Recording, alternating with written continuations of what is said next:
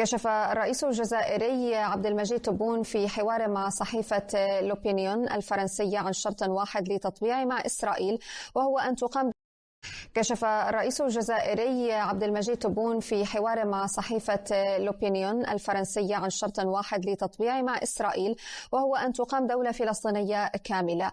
تبون أكد من جهة ثانية أنه ليس لديه أي نية للبقاء في السلطة، مشددا على احترامه الكامل للدستور الجزائري.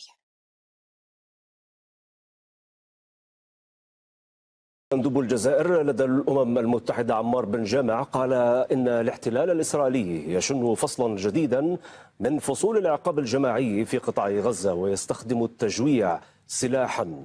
وأضاف بن جامع خلال كلمة في جلسة عقدها مجلس الأمن بشأن الوضع في الشرق الأوسط أن الأوان قد حان لمحاسبة إسرائيل على جرائمها.